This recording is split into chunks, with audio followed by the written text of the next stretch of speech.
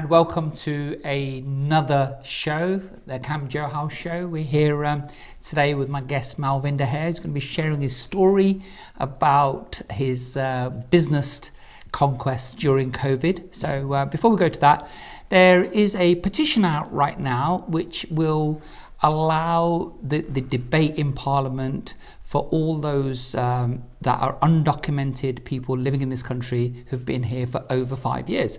So, we're allowed to start petitions, which will mean that the government is forced into debating the subject. We need 100,000 signatures on any petition before the UK Parliament will openly hold a debate about that.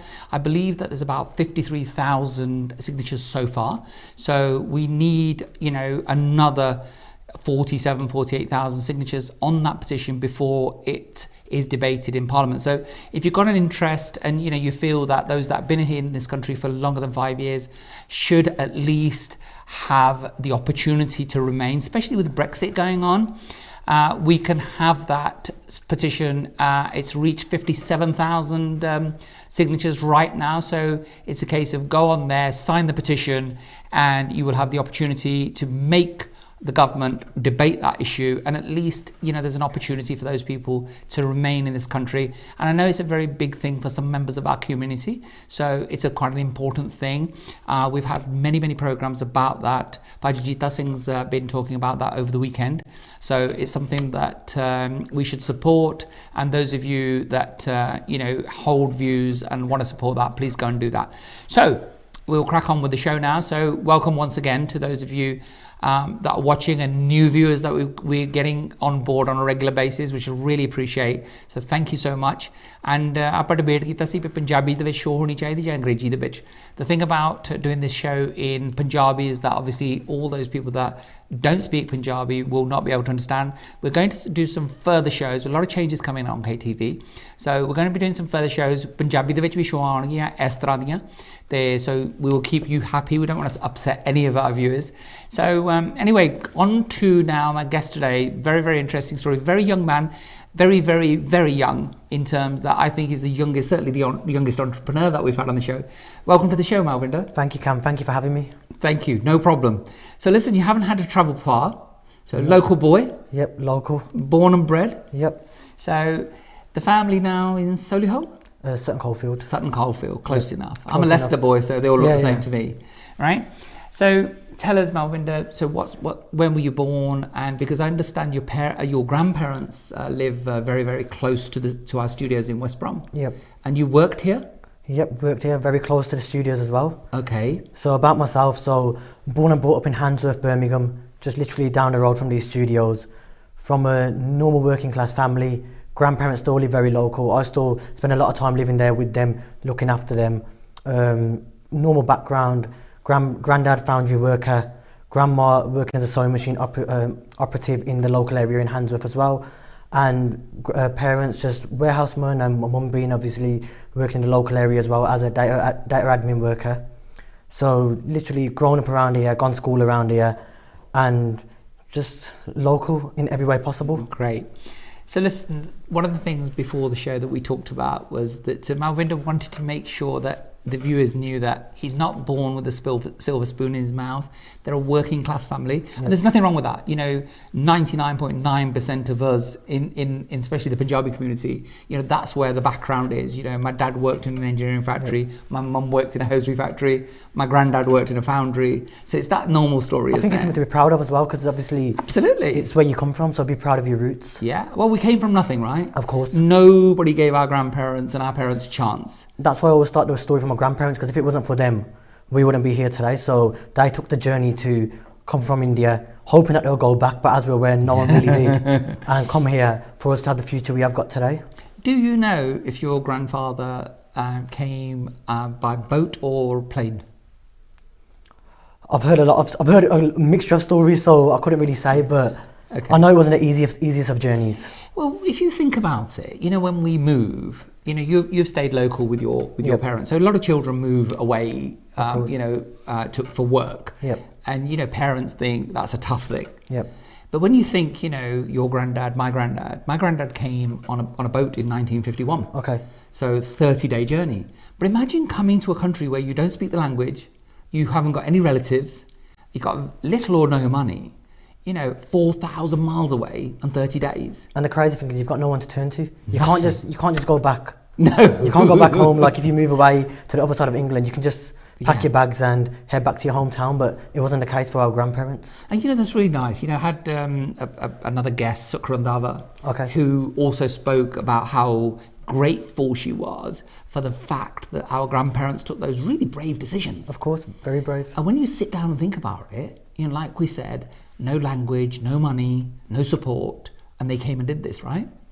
And, people today think that it's a big thing to move cities and move out of the house, right? It just shows you the difference in generations. I personally think that generation was a lot stronger, whereas now we've got more comfortable, and taking, like you said, moving just to the other side of England or a different city, it's a big risk for us. Yeah. But if you compare it to the risk our grandparents took in the previous generations, you can't compare it. No, but at the same time, we can't compare ourselves. The other thing is there's progress, right? Of course. So, you're the second generation from your grandparents. So you don't expect things to be as hard either. No, of course. Right? There's got to be a benefit of a family being here for 2 generations. And right? that's what you've got to be grateful for. You can't literally ever forget what they've done for us to be here today. Yeah. And Malvinder, we've been working together for just over a year, right? Exactly. Yep. The one thing that I really, really want to point out to our viewers is that you have started a business, and we'll talk about that. Yep. But you decided that you needed an office, which Yep. we talked about. Yep. Because you used to be sat on the end of your bed, right? Pretty much, yeah. Yeah, I remember that when we did the Zoom calls. Yep. But now you have an office which is at your grandparents' home.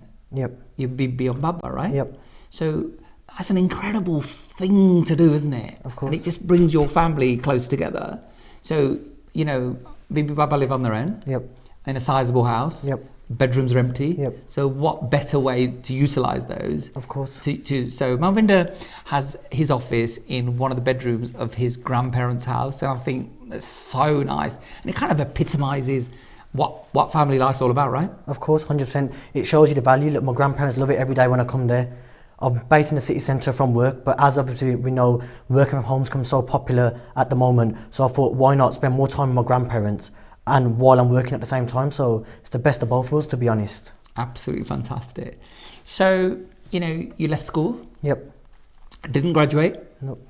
Okay, and went and worked in a building society or a bank? A building society. Building society, and aptly named? West Brom Building Society. Okay, so how far is it from here? Literally the main branch, 2 minutes, if Okay. that's walking distance. Brilliant. So you made that decision. Yep. So as we were saying, it's one of the professions that we as the Indian community see as respectable Of or course. acceptable. Yep. And, you don't need a degree to get into that sector. But it's not very well paid, is it? Not really, No. to be honest with you. No. So how long were you there for? I did 2.5 years at that building society. Previously worked at another bank as well. So I've been in the banking industry for 3.5 years. 2 years in West Brom. It's I've learnt a lot from there, so you can't knock Sure. it. I've learnt a lot and I take away from it. And What was the biggest lessons from working there for 3.5 years in that sector? communication. It's helped the communication a lot, because when you go there, you don't know what customers coming in. So you're dealing with a variety of people, different situations. So I think it's helped with communication skills a lot, and just getting to know people, being transparent with people, and just dealing with all sorts of different characters, to be honest. Okay. So most people, most families, would be really happy that, especially in our community, Yep. that their son or daughter works in a bank, seen as a very respectable profession. It is. And as you were saying, not a lot of money in it though, No. especially not at the lower levels, No. right? So you work for 2 banks, Yep. sizable companies, Yep. and then you decide to leave, right? 100%, yep. So what drove that decision? To be honest with you, ever since I left school, I've always wanted to go into business. That I could have told that from the age of 16. But if someone asked what, that was the part I was stuck on. Okay. I always knew I wanted to work for myself. And I always knew my end goal was to work for myself and to have my own company. How old were you when you first had that thought that you wanted to be self-employed? I would say from the get-go, from the days I left school, it was 16, 17. 15, 16, yeah? Because I was 15. Yep. And so, my mum and dad worked for other people, Yep. as did most people. But, Then we had a few relatives that had their own business. And one in particular, took me to Worksop Market when I was 15 years old. Yep. And I was hooked. And that was it. I knew at that point, that's what I wanted to do.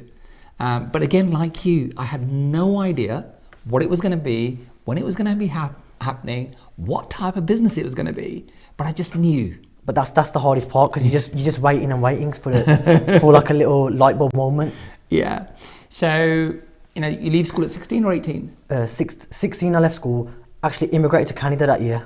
Okay. So went abroad for a year, experienced going to school in Canada, because you go to school till you're 18. So experienced there, come back a year later. What did you make of Canada? Lovely place. My dad's siblings, so my brother and my dad, they all live in Canada, and we thought, my dad was the only sibling left here, so we thought, let's give it a go. But due to the relationship with my grandparents and us being so close, we come back because they were living here by themselves. Mm-hmm. And for the love that we've got for them, it didn't feel right for them to be here, even though gradually they would have moved. But it was just that for the short term we couldn't do it, so we've done a year there. It's on my CV, under my belt, but been there, done it. So did the whole family go? Yeah, me, mum, dad, sister. And basically you got homesick, right? Yep, homesick. And obviously grandparents. But home's home, right? And this is our home, isn't it? Of course. Yeah, I have a sizable family in California. Okay. And, back in the day it was always like, Cam, come over here.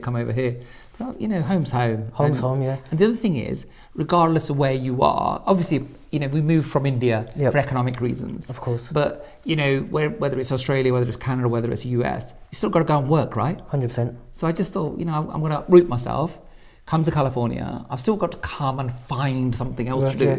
Whereas you're well established here, right? Of course. It's not like you get there and there's a silver spoon ready for you. You're starting from scratch. So it depends if you're up for the challenge and you want to achieve something in that country, or you'd rather just carry on from where you are, where you're already established, and make that into a bigger foundation. Yes. So you guys came back, homesick, etc. So what was it like, when you decided to come back? Did you guys worry about what other people would say? Usual stuff. I think it wasn't that simple. The problem that we had was 1 month we're moving back, 1 month we're staying, 1 month we're moving back. It wasn't, the decision wasn't made straight away. It wasn't a concrete decision.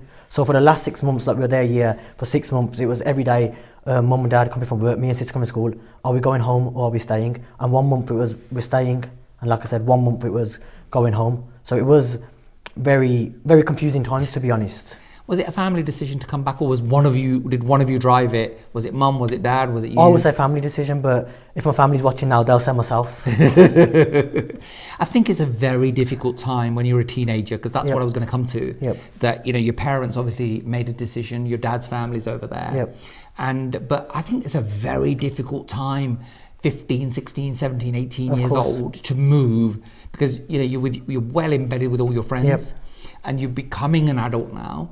But you're still going through adolescence to a degree. And the funny story was, we actually went with a return ticket. We just didn't return. So no one actually knew we were going. It was very much, we went there for, I think it was 2 weeks, 2.5 weeks. But Dad's found work and stuff out there, and we ended up just staying out there. So we didn't actually use a return ticket. So when you mention friends and stuff, they didn't know. They were expecting to see me in 2 weeks. Right. But we didn't come back. Okay. You glad you came? Yeah, 100%. Good. I think it's the best country in the world that we live in. Of course. And West Brom's the best city, obviously. No, just kidding. I agree with that one. Leicester is. Right? So you decide that you're going to leave the bank. Yep. And so at that time you went into a job, didn't you? Yep. Again. Yep. And so was that with a view to starting some sort of business? Did you have an idea at that point? I had the idea while I was working in the building society. So while I was working in the building society, after hours, I started working on a business very similar to now. Just getting used to the ropes. I realised that property was what I wanted to go into. And it was just very much after school, viewing properties, going to family and friends' portfolio, getting the maintenance team out, just kind of getting to the gist of things. Yeah. And thinking, hold on, I like this. This is something that I can do. Okay. So when I left the building society, I was doing that. But in order to for my business to grow, obviously you need capital to start a business. And I went into another job, which was actually working night shifts. I know. When we started That's right, speaking. we were working together. Yep. So what did mum or dad say when you said, I'm leaving the bank or the building society? What was the reaction? I think, because I've always talked about going into business, and because like I said, I've mentioned it since I was 16, once they knew it was property, they like the idea of property as well, something that they're familiar with. They said, if you're going to do it, go in 100% now. There's no coming back. You're still at that age where you can make it happen. Like I said, we're living at home, so I'm very lucky for that. But they said, if you're going to make it happen, they go for it 100%. Don't do it 10%, 20%. Because it was getting to the point, because obviously when you're working in the bank daytime and a property business, which is very, worked in the daytime, it's not something that you can do after hours. It got very challenging. Yeah. And that was the reason I made a decision that to work nights, and it would jeopardise my sleep to help grow my business in the day. How many nights did you used to work? 4 nights 1 week, 3 nights 1 week, so alternative of 4 and 3. How old were you when you started that? 24, I'd say. Yeah? Yep. Okay. So Malvinder's mum and dad, I've obviously met them. Yep. You know, amazing for the support that you give him now, and the fact that, you know, you didn't stop him at that time. And for parents listening, or watching rather, you know, talk to your son or your daughter that doesn't want to follow the normal route that is set down before us, you know, and we're going to share the rest of Malvinder's story. But the thing is, sometimes we get stuck there, that we're ill-advised to advise our children. We don't really know what they want to go into because we're not in business, because your parents are not business people. Nope. Right? And yet they still supported you. 100%. So if you look at the story, you know, Steve Jobs talks about it. They started Apple Computers when he was 20. Yep. And he said, we could afford to make some mistakes. And if we didn't get it right for 5 years, we could still go back to college, 100%. do our law degree or whatever it was, and then still come out and we'd be okay. But the fact is that we would have tried to do what it is that we wanted to do and live out our dreams, right? I think the key word was mistakes, because you're going to make mistakes. Doesn't matter what you do, you're bound to make mistakes. Well, the other beauty of making mistakes is they usually cost you money, right? Yep. In business, you know, you make the mistake, it's going to cost you money. So the beautiful thing about your situation is that you live at home. Yep. So there's no mortgage to pay, there's no rent to pay. And, you know, what a brave decision to then go and work nights. Because I remember when we first started working, you literally used to come home and we were on a call, aren't we? 100%. We were on a Zoom call. So Malvinder was building his business, which is very much what I did. I went to work during the week and I ran my business at the weekends when I first started. So you've got to be prepared to put the hours in. And, you know, in 5 years, in 10 years, when this guy's a millionaire and he's driving down in his flash car, don't think it was easy, right? And it never is it? No. Because we've been through all the highs and lows in the last year. A lot of people think there's a magic bullet. Yeah. And that's what everyone's waiting for. One day there's a magic bullet, and if you manage to get that magic bullet, that's it. You're good to go. But it does take a lot of work. Yeah. So it's not the lottery win, right? No. Which is what people sometimes think it is. But I think the thing is this, that nobody really takes any notice of you when you first start. No. You know, I don't know about you, but a lot of my friends and relatives thought it was quite funny that I was trying to get into business. Okay. They thought it was a bit of a joke. Yep. And, you know, and I would say, who's laughing now? Yep. So it is a long-term thing. 100%. And, you know, and I know yourself and my own experience and other entrepreneurs that I speak to, you've got to sacrifice a lot. You're not going out in the evenings. No. You can't spend the money that you would spend if you just lived paycheck to paycheck, No, right? you can't. Because you suddenly got to start thinking long-term. Yep. And, you know, you've invested money and in your business, in mentorship, in training and equipping yourself, right? So, you know, and it's just like, I don't think you've done anything less than anybody that goes to university and goes and does a 3 or 4 year degree. I think it's just a different way, because I think, like you said, to all the parents watching and stuff, it's you think there's one route when you leave school in sixth form. I was very much, my parents said you have to go to university. Yeah. I think they're saying it out of love. I think all parents do, but also a lot of us don't know any better. I think when you grow up and you're in the schooling system, it's very much school educates you that there's either an apprenticeship or there's either a university. And 80% of parents or kids will choose university, and there's nothing wrong with that, because my sister chose that and she's doing very well from it. And but I think it depends on each individual what you want to achieve, and I think it's sometimes about knowing the options that are out there. And so, what about your friends? What did they think when you chose not to go to university? You know, and like you said, your sister did, and many other of your friends. What was the reaction of people when you said, I'm going to go to work? The reaction of people that I went sixth form and stuff with was very, like, people were shocked. But my close friends, that are my close friends today, I'm very glad to say I've got a good circle of friends, and we all support each other. And to be honest with you, everyone's in business in a different way. And I think that's made a big difference, because we all support each other. And if we're struggling with one thing, I can speak to any of them about it. because they've all overcome the same issues. Yeah. How are they? You said, everybody's in business in some way. Yep. Explain that to me, what that is. I mean, I know, but for our viewers. So in my close circle of friends, I've got a very close friend of mine who's does property. He's actually got a company, Atwell Property Group. We work together, so we grow our property portfolio together. I've got another, two of my best friends. They actually run a vehicle management specialist company. They've literally only launched last week, so they've been doing it. So they're in that business. I've got a couple of friends. One friend, his parents had a business, but he's grown it a lot further. So he does skip hire and van hire. So it's all mixed. It's not property related. There's a lot of different things. And then I've got a couple of friends that are in my close circle, and they're accountants. So they're very much in the corporate life. They've gone university. So it's a good mix. And I think the good thing is we all bring the best out of each other, and that's why we're all overcoming the challenges together. Are they the same friends that you would have said were your best friends at 16 or 18? To be honest with you, I'm lucky that yes and no. You do change friends as you go older, and I think you have to surround yourself with people on the same mission as yourself. Yes. And when I say that, it doesn't mean just because I'm doing property, they have to do property. Yeah. It just means like a mission of myself is to be better than I was yesterday. So it doesn't mean nothing to be business related. But if you've got friends with a positive mindset, you bring the best out of each other, and you all work towards your own goals in different ways. But you'll help each other. But I am lucky that these friends that I mentioned regarding the property company and claim specialist, I've known since I was 13, 14. Brilliant. Michael Ondar was on the show a couple of weeks ago, and he came from the corporate world, and you had some experience in the corporate world, and he said that entrepreneurs were far more helpful than people were in the corporate world, that there's a lot more politicking and playing for positions. Did you find the same? I completely understand where he's coming from, because when you're in a corporate job, let's say for example, go back to the bank, there's 5 of you behind the cashier, the next step up is assistant manager of the branch. There's only one role of an assistant manager, but you've got 5 people going for it. So it can be a sticky situation, because there's only one opportunity. It's either you get it or either they get it. Yes. So it's very much you against them. And that obviously causes the friction, right? Of course. Because you, like you said, you're young, you're ambitious, Yep. And you're loud, and you haven't got experience, and the bank's telling you there's one position, Yep. and that's available in 6 months, 9 months, whatever it is. Yep. And so contrast that to, because, some of our viewers will be self-employed and have businesses, and others will be working in the corporate sector. Of course. So contrast that to being in the entrepreneurial world. How's that different?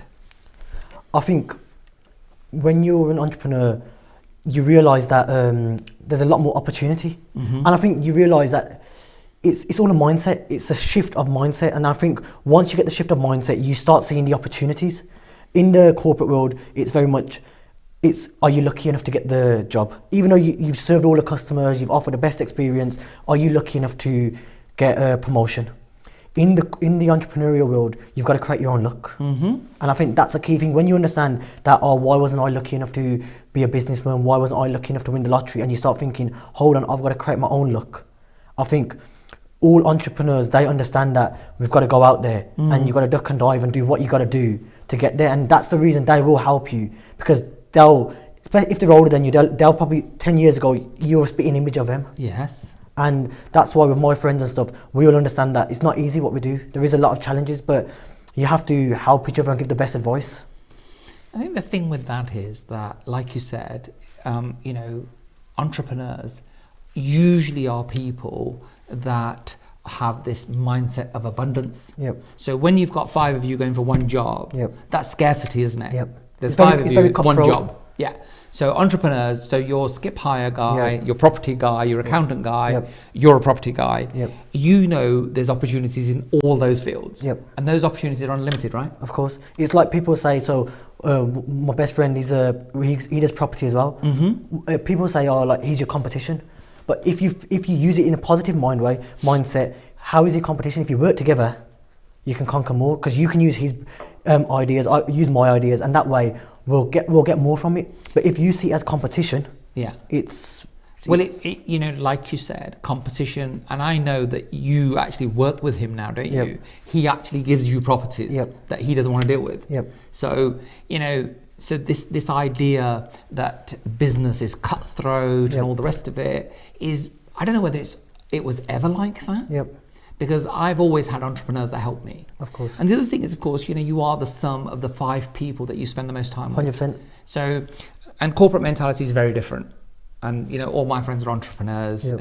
and we're always looking out for each other. Yep. We're always talking about opportunities, and they understand, it's challenging, and the hours can be sometimes very, very long. Again, we were talking, before the show. I rocked up here at 9 o'clock this morning, left home about 7:30, and I'll get home about 9:30 tonight. But it is what it is. It is what it is. The other thing is, of course, is if you love what you do, Yep, it's not a job. it doesn't feel like work, does it? No. Yeah. Did banking ever feel like something that you loved, or did it always feel like work? I was lucky that I worked with a good team, so it was good. Like I've enjoyed my time there, and it's made me what I am today. I take from the experience, but it was a job. You've got to be there at a set time. You got to leave at a set time. It's very much, it's a routine. Yeah, and routine is good as well. It is good, but it was a job. 100%. It felt like a job.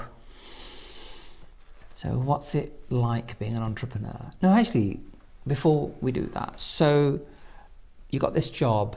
Night shift. Yep.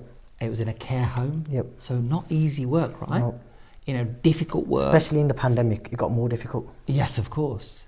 And then you're coming home. I think we used to have our Zoom meeting on a Tuesday morning. Yep, Tuesday morning. What time did you used to get home? So I used to start at 7 p.m. and finish at 7 a.m. Yeah, and we used to have a meeting at 10 o'clock, right? Yep. What was that like? So you decided to start business. Yep. And the other thing, of course, is you had one of the biggest setbacks that anybody could have, because you were going to start with your friend, weren't you? Yep. What happened there? Things just didn't work out. We realised that we were on a different path. I've still got a lot of respect for him today. So if I wouldn't have got into property if it wasn't for him, he did bring the idea. We worked together. So up until this day, I've got a lot of respect for him. But it was just we realised that we're at different chapters of our life. And for me, it was very much that it's either now or never.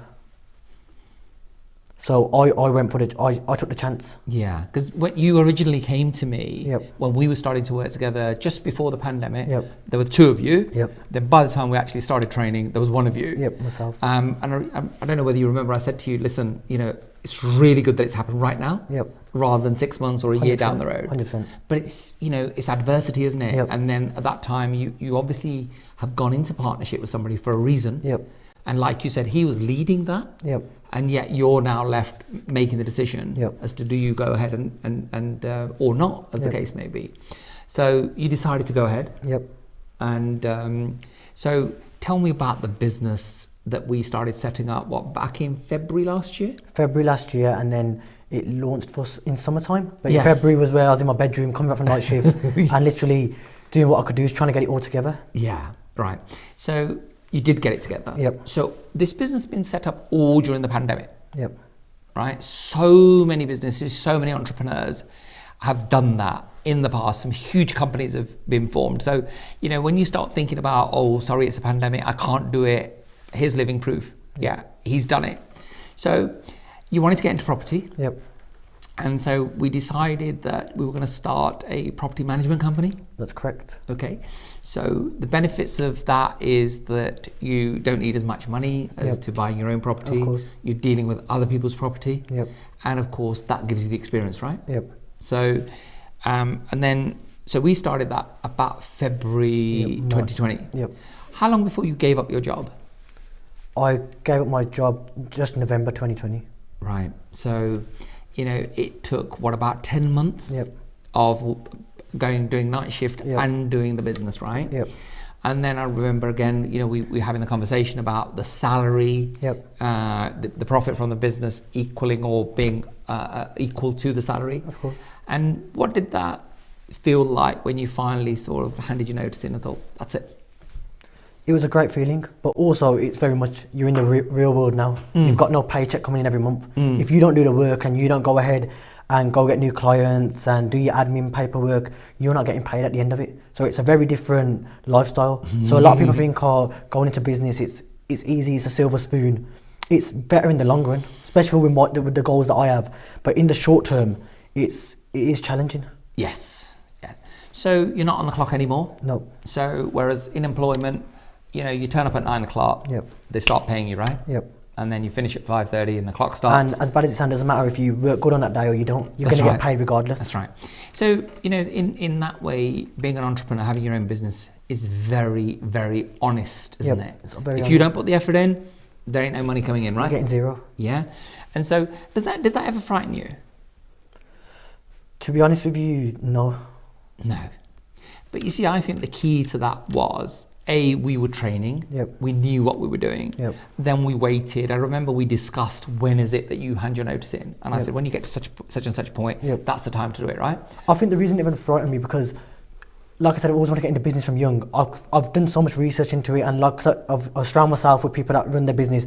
I knew what I was getting myself into, so I prepared myself for it. I wouldn't say that I was 100%. It doesn't matter if I don't get paid. Of course, there's an element of risk. Of course. But with everything you do, there's an element of risk, and sometimes you just gotta take the chance. To be honest. Yeah. So you happy? Very happy. Yeah. Don't want to go back to the bank? I mean, it's just down the road. Don't know. I might change my mind on the way home, but nah, I doubt it. So, what is it like being an entrepreneur full time? Because we talk about the business. So you do property management. Yep. But you specialise, don't you? Yep. So you don't manage anything and everything. No. So it's residential property. Residential. Right. So lots of our viewers will be familiar with that. Yep. Because we own huge swathes of investment properties that we want to let out. Yep. Right. But one of the problems with being a landlord and a property owner is that tenants sometimes don't pay their rent. Yep. And of course, sometimes the property's empty. Yep. Right, so both of those things, as a property owner, and all my fellow property owners will recognise, are major pains in the backside. Yep. And I think the third one is condition of property. Sure, right. That's always in the back of your mind, because when they hand the keys and they've gone, what have they done to it? Yeah, what have they done to it? And there's a lot of situations out there where it's not in the same condition that it was when you gave the keys to the tenants. Yeah, and a very interesting thing happened in my property journey. So we evicted some tenants. Okay. Through the court. Yep. They came in on Friday afternoon and handed the keys in, and I had a builder going around on Saturday morning. Yep. And I used to have my estate agency business in Leicester at the time. Yep. So I'm driving down and say, Chris rings, phone rings. I said, hi Chris, how you doing? He said, where are you going? I said, I'm going to the office. Yep. He said, you might want to come down to this property. I said, yeah, sure. Is anything wrong? He said, you just need to come and see it. And what had happened is that they'd handed the keys in and then obviously went out for a drink. Okay. And then there was 3 of them just lying in this property on the floor. Wow. They must have been so drunk. Wow. And to the point where I actually kicked one of them on the foot to see if they were alive. And but the joys of owning properties, right? Of course. And luckily the squatter law had come in. Okay. At that time. Yep. And so I rang the police, and what could the police do? Just had to kind of just wake them up and eventually leave. The interesting thing about that was that we obviously evicted them for non-payment of rent. Yep. So when I walked into this property, there was 2 penny and 1 penny pieces all over the house on the floor. Okay. We picked up about £120 worth. Okay. They were just throwing them on the floor. I've been in a situation myself, probably not up to that extent, but I don't know what it is with these tenants, but they have coins and everything on the windowsills, bedroom floor, everywhere. To be incredible, honest. Isn't it? Yep. And then these same people can't pay the rent. Yep. So money's a mindset thing, isn't it? It's a mindset thing. It's just a different mindset. They don't value the coppers. Yeah. So your business, Yep. it kind of removes some of this pain of non-payment of rent, vacant properties and condition of properties, Yep. isn't it? So what is it that you do that's different to, what property management companies do? So my company's called Homepath in Birmingham City Centre, and we've branded ourselves as the guaranteed rent agent. So you guarantee rent Yep. for landlords. Yep. So how long do you take the property on for? We go for long term. Okay, 1 year, 2 years, 3 years? We can do in between 3 to 5 year contracts. 3 to 5 years? Yep. So you will take my property off me. Yep. And for between 3 and 5 years, and Yep. you guarantee the rent? Yep. Regardless if there's a tenant in there or not? Yep, regardless. Okay, what about the condition of the property? We're very selective with what we take on. Okay. So it's for guaranteed rent. It can only work with exclusive and selected properties. So if somebody's got a dump of a property, Yep. you're not interested, right? Not interested. So you're looking for quality properties. Quality properties. Okay. So if so there's a qualification criteria then, isn't it? So Yep. you don't take on anything and everything, right? So you select your properties. Yep. And select the area they're in. We're open to areas, but Birmingham close to the city centre, but we work all over the Midlands. Okay, so you're a Midlands-based business. And so so if I'm a landlord, I call you. Yep. And then you come and inspect my property. Yep. And see if it's, so what are you looking for in terms of, so if I'm a landlord now, so landlords, please don't know, if you're looking for guaranteed rents. Yep. So what's your criteria for what type of property does it have to be? So each property we go out to, we have a checklist in mind. We'll have a checklist with us. We'll go there. We're looking for good quality properties. So we've been to properties where they've been bodged up and you're hiding problems. It's not something we're interested in because it doesn't build a long-term relationship. Yeah. We're looking to build a long-term relationship with our clientele, Yes. so with our landlords. We're looking for properties that are being done up recently, up to a good standard. The motto I have, if you wouldn't live in it yourself, you can't rent it.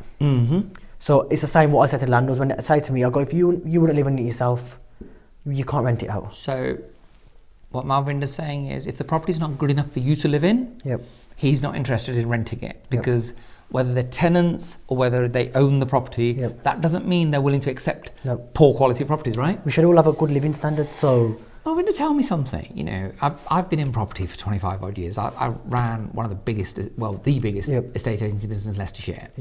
A lot of our community somehow think that tenants are willing to accept poor quality properties, don't they? Yeah.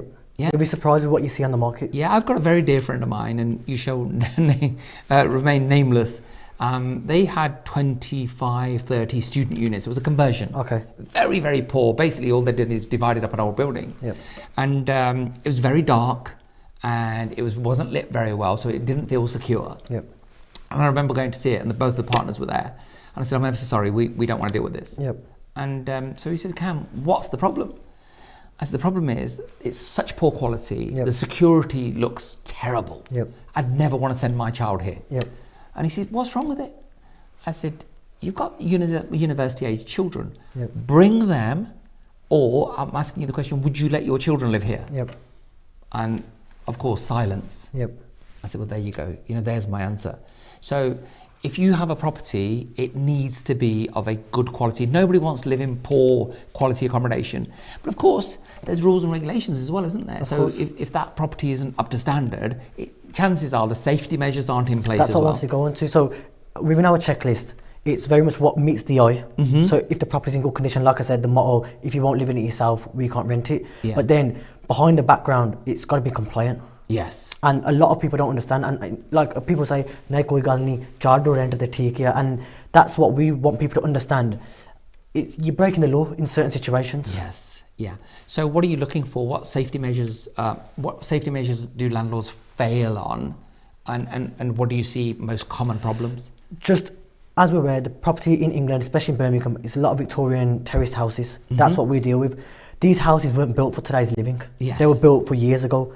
But they haven't been updated, so I'm not talking to the eye. It might be done up to the best standard, but I'm talking in regards to compliant measures, such as ones I've done recently, fuse box and stuff like that. It's very old school. It's a risk hazard. And as we're aware, you have to have an electrical EICR certificate now, which has just kicked in this year, and that's just kicked half of the properties out the window.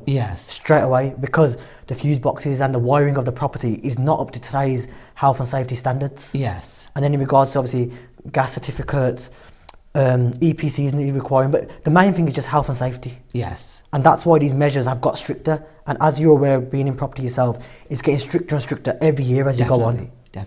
So if a landlord's got a property like that, do you advise them? So if I had a property that wasn't really up to standard, you know, would you come out and have a look at that? We're open to come out. We've got an in-house team, and we can get the property brought up to standard.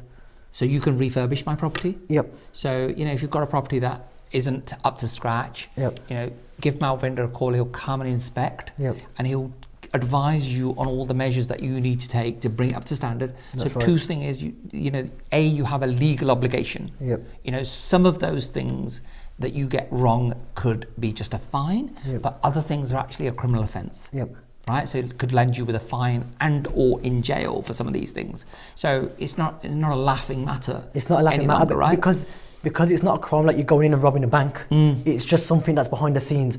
People don't understand how severe it can be and the risk you're putting other people at. And I think that's why you've got to be open and let people know. And I think, like I said, because the compliance are changing every year, just because it was all right in 2020, it's not okay in 2021 because it's getting stricter and stricter each year. And as it should. As it should. And then, but what people forget is, because it met last year's requirements, they automatically think they'll met this year's requirements. But because it's changing so quick and so rapid, you've got to stay on top of things. I think the other thing is, Malvinder, I remember from my days running our lettings business that a lot of our community, manage their own properties. They're self-managed, don't they? Yep, a lot of them do. And they kind of have, so there's no regard for safety, is there? No. They usually have private tenants, Yep. right? Not properly documented tenancy agreements. Yep. So they could really be running the risk of major fines and criminal convictions, couldn't they? A lot of the clientele, a lot of the landlords that phone us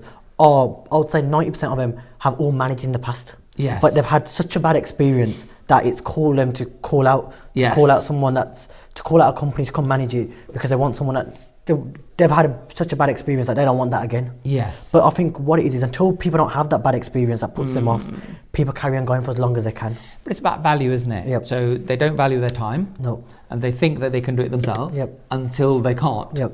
Right? So then they call out yourself Yep. and you go out and have a look at that, right? That's right. So what's rental demand like at the moment?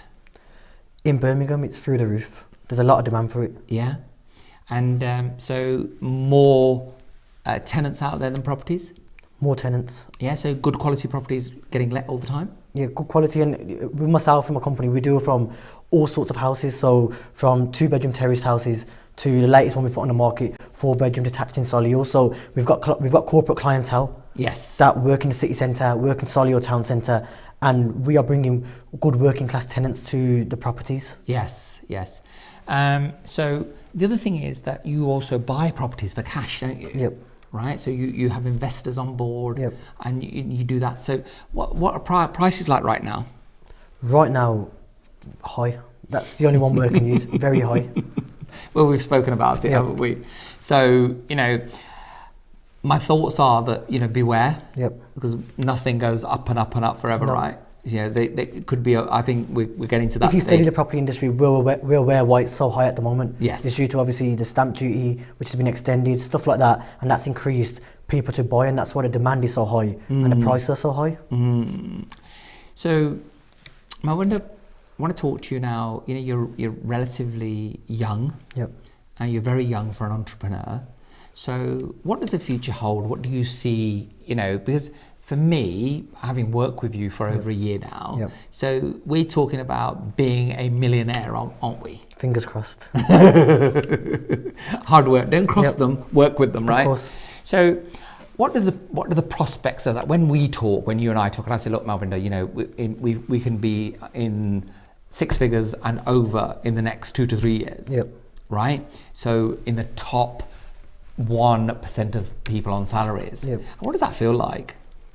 It's a feeling that I can't wait to achieve, to be honest. Yes. My hand's itching to achieve it, but it's great because what it is when you've worked for someone and then you've gone into running your own business, you realise that when you're an entrepreneur and you're running a business, there's no cap.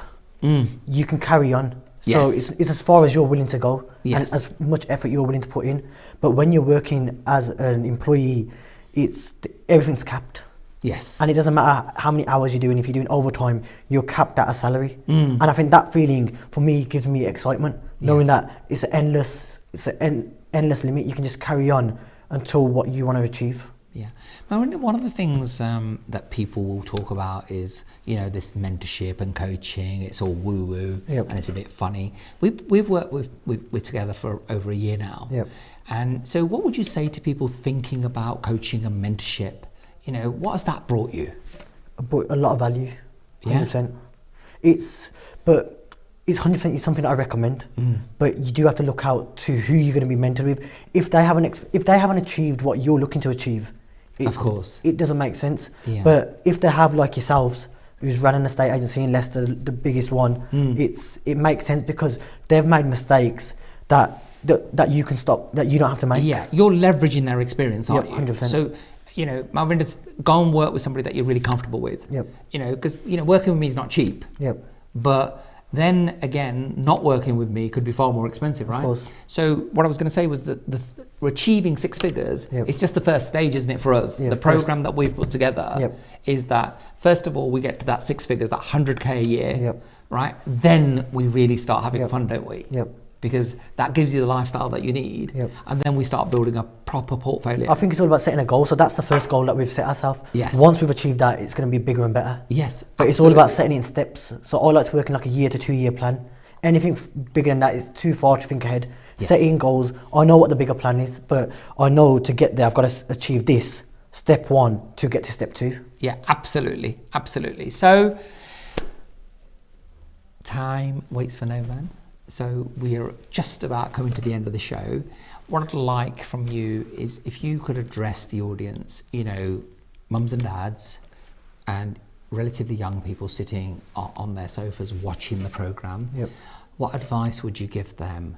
You know, of what experience can you share that could help them? Perhaps they're thinking about starting a business. Yep. Perhaps you know, their son or daughter's asked, "I want to be an entrepreneur." Yep. What would you say to them? One, you have to give it your all. So give it your all, give it your 100%. Second thing is do something that you're passionate about. And then that way it doesn't feel like a job. Yes. And the third thing is, which I'm a big believer of, surround yourself with good people. So like you said, the 5 people that surround yourself, they represent you. Absolutely. And if they're looking to better themselves, it doesn't mean, like I said, if you're looking to start a business in cars or in property, they do not have to do the same thing. But they have to be on a goal where they're looking to better themselves from what they were yesterday. And once you've got a mindset of people that you can pick the phone up to and just say, look, I've had a rough day, business not going good, they'll pick you up, and that is moral support. It's fantastic, isn't it? It makes a big difference. Yeah. So you are the sum of the 5 people 100%. that you spend most time with, Yep. right? And a big thing that I would say is educate your family as well. So, because I've gone from going sixth form, parents wanting me to go to university, but to now them understanding what I'm looking to achieve. It's Yes. being open with what you're trying to achieve. Don't just keep it to yourself. Yes. Educate your family, because they've supported you this far. They're the ones that are going to take you to the next step.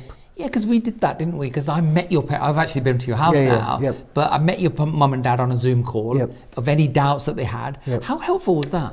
It made a big difference. Didn't it? We Yep. really, we got the It's 'cause buy-in. it's didn't coming we? from someone that's been there and done it. Yeah. But when we're just talking to between ourselves, it's if you're only in a circle that's worked in foundries and worked in as a warehouseman, like my grandfather and my dad, which I highly respect. There's nothing wrong with it. That's right. But if you're only surrounded with that crowd, it's that's what you're gonna.